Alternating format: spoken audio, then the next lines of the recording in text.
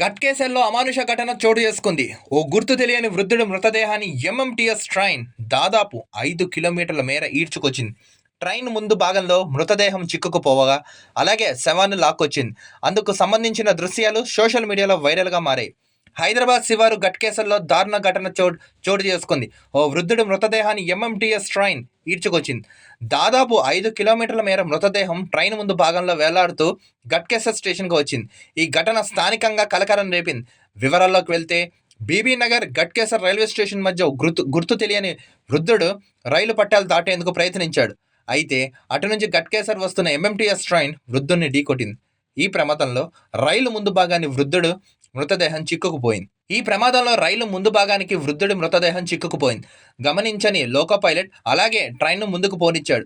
దాదాపు 5 కిలోమీటర్ల మేరకు మృతదేహాన్ని ట్రైన్ లాక్కొచ్చింది. గమనించిన స్థానికులు రైల్వే పోలీసులకు సమాచారం అందించారు. దీంతో గట్కేసర్ రైల్వే స్టేషన్ సమీపంలో ట్రైన్ ఆపి వృద్ధుడి మృతదేహాన్ని బయటికి తీశారు. అయితే అతడి ముఖం గుర్తించలేని విధంగా నుజ్జునుజ్జైంది.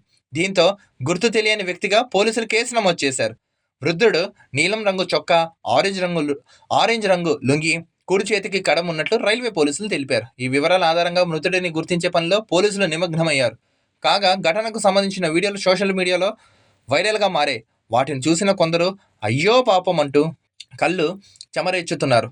అంత దూరం మృతదేహం ట్రైన్ ముందు భాగంలో వేలాడుతుంటే రైల్వే సిబ్బంది, పోలీసులు ఏం చేస్తున్నారని తీవ్ర స్థాయిలో ప్రశ్నిస్తున్నారు.